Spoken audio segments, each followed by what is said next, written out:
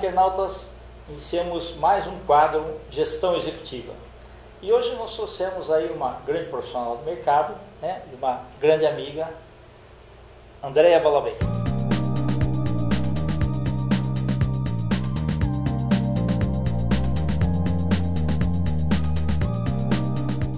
Muito obrigado aí pela tua presença aqui. Eu que agradeço, professor. E Andréa é especialista, né, em direito imobiliário. Certo. Andréa, fala um pouquinho para os internautas, um pouquinho sobre você e em que etapa da sua vida alguma coisa te levou a fazer direito, por exemplo. Boa tarde a todos, né? Eu, previamente ao curso de direito, né, eu fiz um curso de serviço social, né? E bacana, isso eu não sabia não. Eu fiz curso de serviço social, sou formada em moda, né? Quer dizer, são coisas totalmente distintas, cursos distintos, né?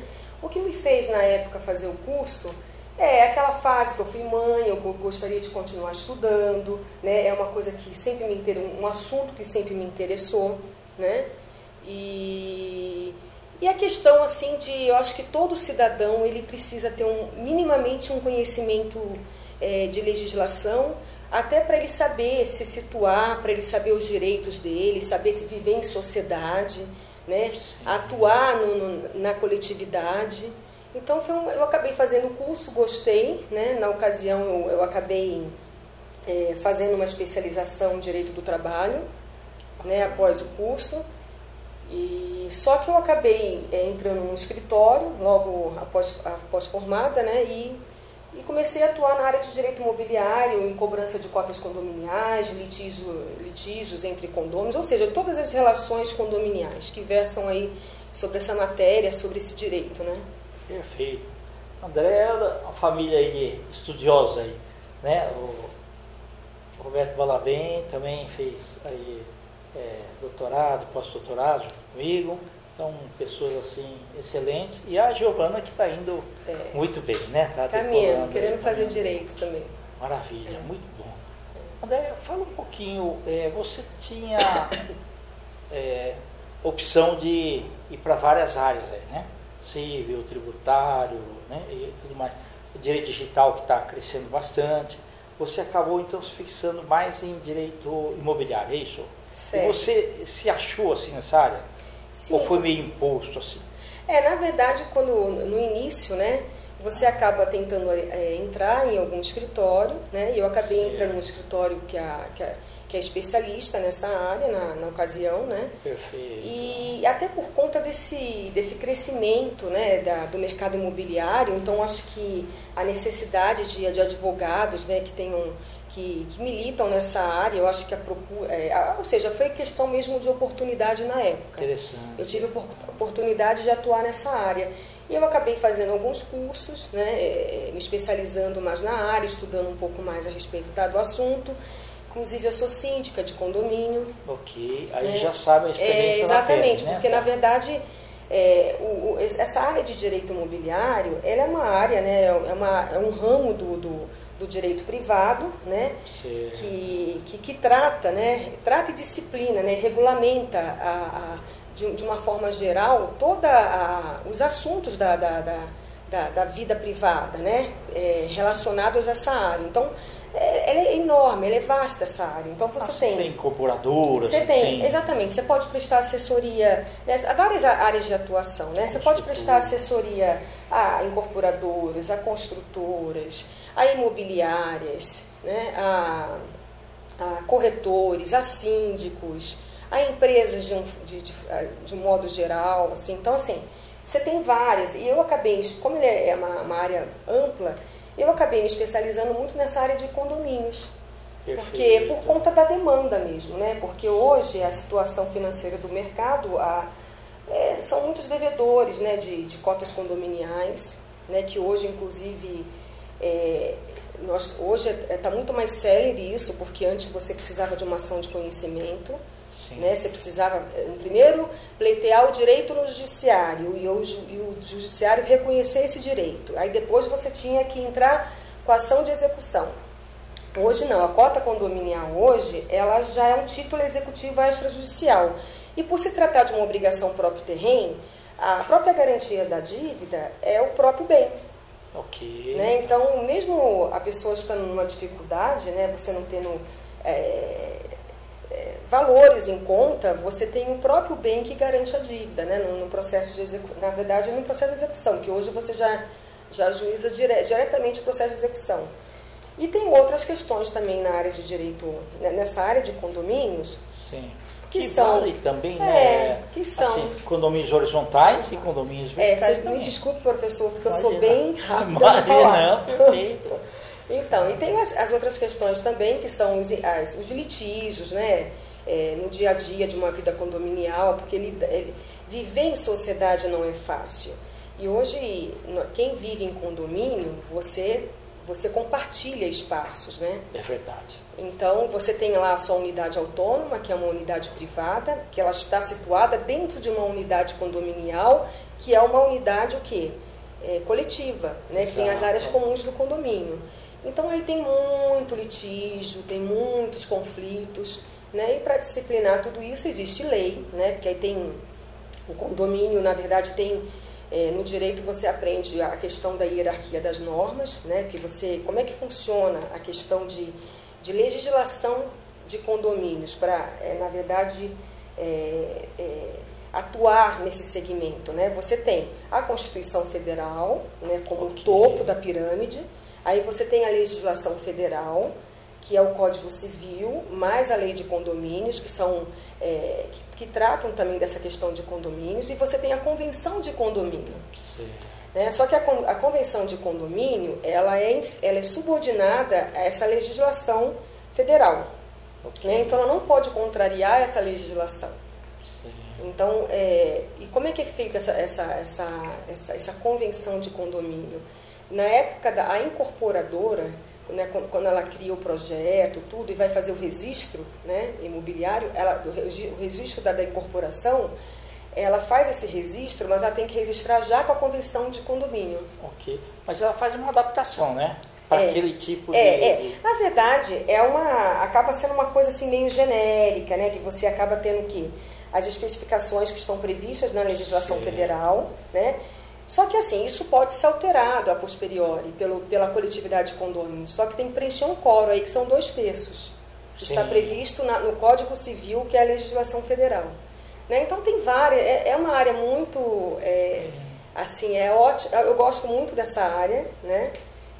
Só que eu tenho uma coisa a dizer, né? Eu acho que é muito bom o advogado ter trabalho, mas eu acho que a sociedade, ela precisa um pouco ter mais espiritualidade, né? Porque se as pessoas respeitassem uns aos outros, né, eu acho que nós não teríamos tantas demandas aí por brigas assim, de coisas assim absurdas, né? André, se eu sempre vi, assim, eu sempre achei, já participei de várias reuniões de condomínio, o próprio prédio que eu estou também já fui subsíndico já, e uma coisa interessante é assim, não sei se a convenção não é assim, tão entendível para as pessoas, né? Até uma vez eu pensei em criar um tipo de um gibizinho explicando as coisas lá, porque é terrível. Por exemplo, o pessoal morou em casa o tempo todo, aí vai morar num prédio de condomínio, aí chega lá e fala que tem que ratear as coisas. Fala assim, mas eu não vou no ponto, então eu não quero pagar. Eu não vou usar quadra, então eu não quero pagar. Eu não vou na piscina, então eu não quero pagar. Sabe,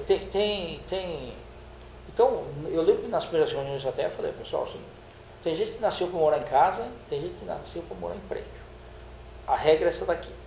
Quem não quiser, né, pode voltar para morar em casa.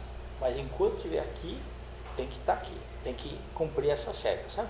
Com uma série de coisas assim. Eu acho que poderia ser melhor explicado isso daí. Tirar um pouco do juridiquês forte, que muita gente não entende, aquele pessoal mais antigo entende. Mas eu entendo assim, o que o professor quer dizer, né? Assim, o que acontece na prática de fato existem convenções de condomínio muito assim, inclusive obsoletas, né? Porque imagine que a incorporadora que na hora de fazer o registro da incorporação, que ela tem que apresentar uma convenção de condomínio. Então, você imagina, professor, você imagina isso aí tempos atrás, né, que você tinha, por exemplo, uma convivência diferente, uma sociedade diferenciada, né? Então, ela é bem diferente de uma convenção de um prédio, de uma incorporação entregue recentemente, que já tem uma convenção de condomínio mais atualizada, de acordo com os problemas atuais, né? Agora, essa questão, a Assembleia, ela é soberana, porque existe uma obrigatoriedade, que é o edital convocatório. O edital convocatório, ele tem que prever exatamente os itens de pauta que serão deliberados naquela Assembleia. E aí a lei, ela disciplina um período prévio, né, que todos os condôminos devem ser o quê? Cientificados da reunião. Sim, então as pessoas, elas têm sim o conhecimento, né, porque se elas não tiverem, caso elas não tenham esse conhecimento e não sejam notificadas previamente, isso é até um fundamento para entrar com uma ação anulatória daquela Assembleia. Eu já vi isso daí. Né? Isso você pode entrar, demandar em juízo, pedir uma ação anulatória daquela Assembleia. Por isso que tem as ordinárias e extraordinárias. Isso, né? A ordinária, ela é prevista em lei, tá? Ela é obrigatória, uma vez por ano tem que ter Assembleia Ordinária. Que a Assembleia Ordinária é uma Assembleia para quê? Geralmente para eleição de síndico, prestação de contas, a deliberação e aprovação da previsão orçamentária. É feio, né? Uma vez perguntaram para mim, o que é reunião ordinária? Eu falei, aquela que não tem cafezinho.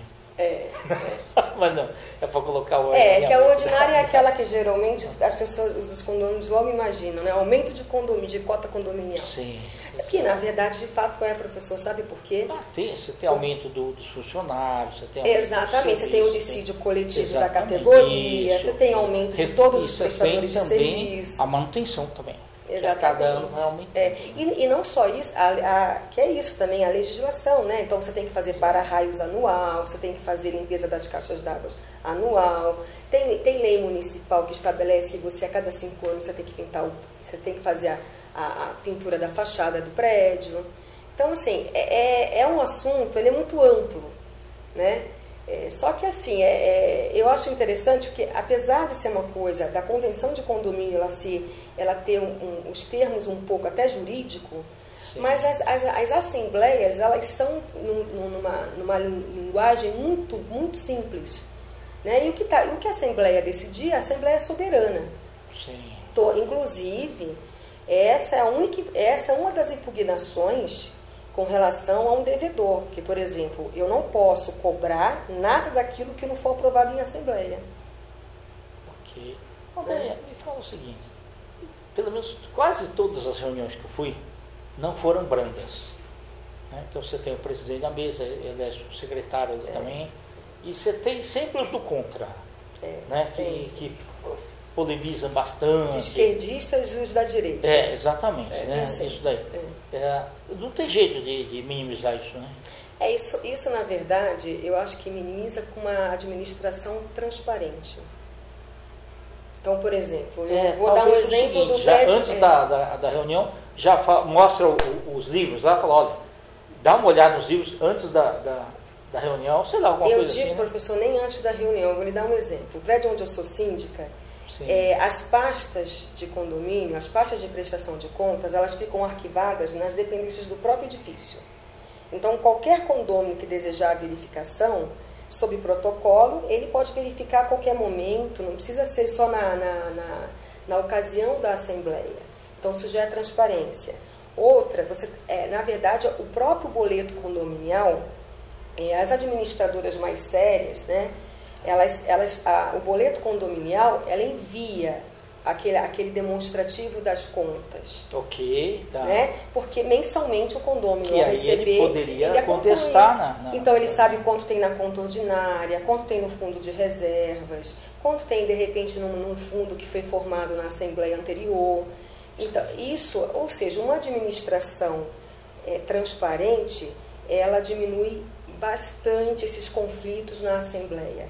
Isso, inicialmente, quando tem uma transição da gestão, isso acontece nas primeiras reuniões, e depois as pessoas vão se adaptando àquela administração ética, transparente, E aí as coisas, a vida no condomínio, inclusive, eu acho que é até caso de um psicólogo, porque você percebe que até parece que o astral do condomínio vai mudando. As pessoas, elas vão ficando menos conflituosas. Mesmo aquele que não concorda, ele não concorda porque de repente ele não tem condições financeiras para estar vivendo mais naquele condomínio. Sim, mas ele está sabendo por que ele está pagando aquilo. Né? Então, assim, tudo isso eu acho que é questão mesmo, porque isso é um mercado amplo, mas ainda, como qualquer área, tem pessoas sérias e pessoas que não são transparentes, tem empresas que não agem de boa fé. Então, toda a área vai ter, isso aí vai ter sempre esses conflitos, né? Porque lidar com gente não é nada fácil, né? É verdade. Porque eu acho que, eu sempre falo que, apesar de eu gostar muito do direito, eu acredito muito que qualquer ser humano precisará de um bom psicólogo. Tá certo. Porque lidar com gente não é fácil. Não é fácil. Ô André, realmente essas coisas vão acontecendo. No momento de crise, igual que nós estamos passando, fica um pouco mais complicado na reconciliação com... Mas, assim, sempre é melhor, em vez de ir para o judiciário, ter uma possibilidade de conciliação, de acordo, né? Você também acha isso? Como que... Na prática... Eu tenho a premissa, assim, um síndico... ele representa uma massa condominial, né? Ele não deve ser o dono, né, Ele nem se sentiu. Ele nem se sentiu o dono do condomínio. Por quê? Porque imagina, olha, a cota condominial, na verdade, a taxa ordinária condominial, ela nada mais é do que um rateio das despesas fixas e mensais do condomínio, porque é assim que tem que ser feito. Por isso que existe a Assembleia Ordinária, que prevê a previsão orçamentária e está discriminando lá todas as despesas mensais do condomínio. Agora, como é que eu faço? Como é que eu atuo como síndica? Eu acho razoável uns 2 meses de atraso, até porque demandar no judiciário não é barato, é oneroso, é demorado, né? Porque você tem que pagar custas, despesas processuais, tem que, nesse caso específico de cobrança de condomínios, tem que ter perícia para avaliação do imóvel, né? Então, assim, é um gasto para o condomínio também.